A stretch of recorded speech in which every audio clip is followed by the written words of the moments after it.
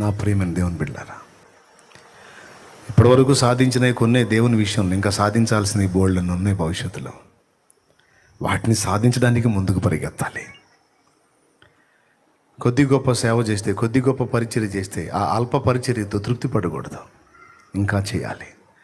ఆర్థిక స్థితిగతుల్లో కొద్ది గొప్ప తోడ్పాటు అందిస్తే అంతవరకు తృప్తి చెంది ఎప్పుడో చేసిన దాన్ని మళ్ళా తలంచుకోవటం కాదు, ఇంకా చేయటానికి నాకు శక్తి నీవు దేవా, నా ఊపిరి ఉన్నంత వరకు, నాకు అవకాశం ఉన్నంత వరకు నీ పరిచర్యకు నేను సపోర్ట్గా నిలబడాలి. నేను వెళ్ళాలి, లేదా వెళ్ళే వాళ్ళని పంపించడానికి నాకు సపోర్ట్ ఇవ్వు, నా చేతుల్ని బలపరచు. నేను ఏ విధంగా ఇతరులకు తోడ్పడగలను ఆ విధంగా నన్ను ప్రోత్సహించు తండ్రి.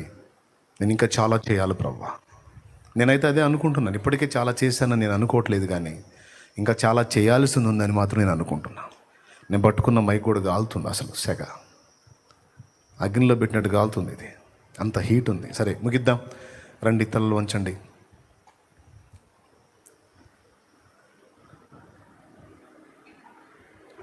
ఒక చిన్న ఆలోచన చేద్దాం, ఈరోజు ప్రార్థన చేద్దాం. దేవా, నువ్వు మాట్లాడిన ప్రతి మాట కొరకై కృతజ్ఞత స్తోత్రాలు తండ్రి అంటూ ముందు చెప్పినటువంటి విషయాలు మన మనసులో పెట్టుకోండి. మన పరిచర్య విషయంలో 4 సంగతులు: ప్రార్థించుట, సమృద్ధి దేవుడు అనుగ్రహించుంటే తోడ్పడుట, మూడవది మెసేజెస్ని, 4వది ప్రార్థన విజయాలను అనేకులకు పాస్ చేయుట, షేర్ చేయుట. ఈ 4 సంగతులు.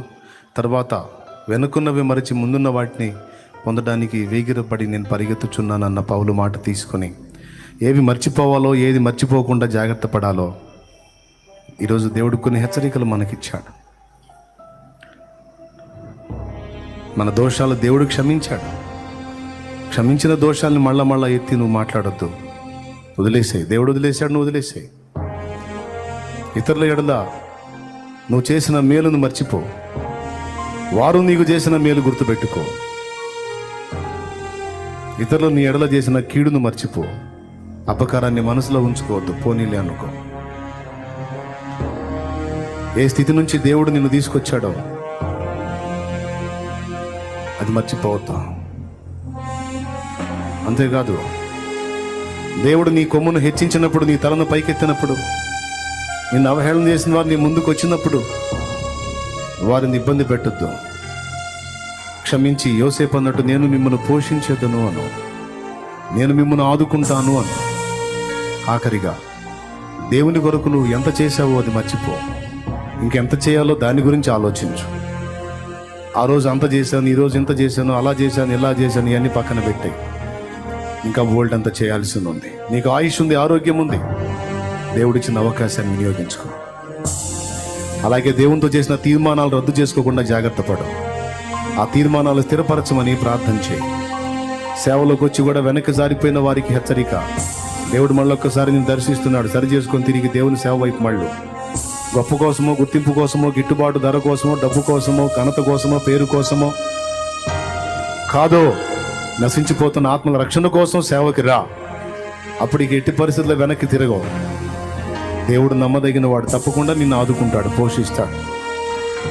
నశించిపోతున్న ఆత్మల రక్షణ కార్యం వదిలేసి సేవకు వచ్చినట్టు వచ్చి మళ్ళా లోకానుసారమైన వాటిలో పడిపోతున్న సోదరుడా, ఈరోజు దేవుడు నీతో మాట్లాడిన మాటల్ని, హెచ్చరికల్ని గైకొని జాగ్రత్త పడి సరిదిద్దుకొని దేవుని పని కొరకు సిద్ధపడు. కృప మనందరికీ తోడై ఉండును గాక. ప్రార్థన. సర్వాధికారివైన మా తండ్రి, సర్వోన్నతుడా, నీకు వందనాలు, స్తుతులు, స్తోత్రాలు. ఈ దాసుని ఇంతవరకు నిలవబెట్టి నాతో, మాతో, మా అందరితో కూడా మీరు మాట్లాడిన ప్రతి శ్రేష్టమైన మాటను బట్టి వందనాలు చెల్లిస్తున్నాం ప్రభా. విన్న ప్రతి మాట మా హృదయాల్లోనికి తీసుకుని ఈ రోజు నుంచి ఆ విధంగా బ్రతకడానికి కృపను అనుగ్రహించండి ప్రభా. ఈ శక్తి చేత మమ్మల్ని నింపమని ప్రార్థన చేస్తున్నాం తండ్రి. ఏవి మర్చిపోవాలో, ఏవి మర్చిపోకూడదో ప్రతి క్షణం నా ప్రభా విన్న మాటలను అనుసరించి ఆయన అడుగులు వేయడానికి సహాయం దయచేయండి. కృపాక్షేమాలు మా అందరికీ కలిగించండి నాయన. దీవించు, ఆశీర్వదించు. ఎవరెవరు ఎక్కడెక్కడ తొలగిపోయి ఉన్నారో ఆ యావత్తు విషయాల్లో సరి చేసుకొని చక్కదిద్దుకొని మరలా నా ప్రభాని మార్గంలో స్థిరంగా నడవడానికి కృపను అనుగ్రహించమని యేసు నామములో అడిగి ప్రార్థించి వేడుకుంటున్నాము తండ్రి. ఆమేన్, ఆమేన్.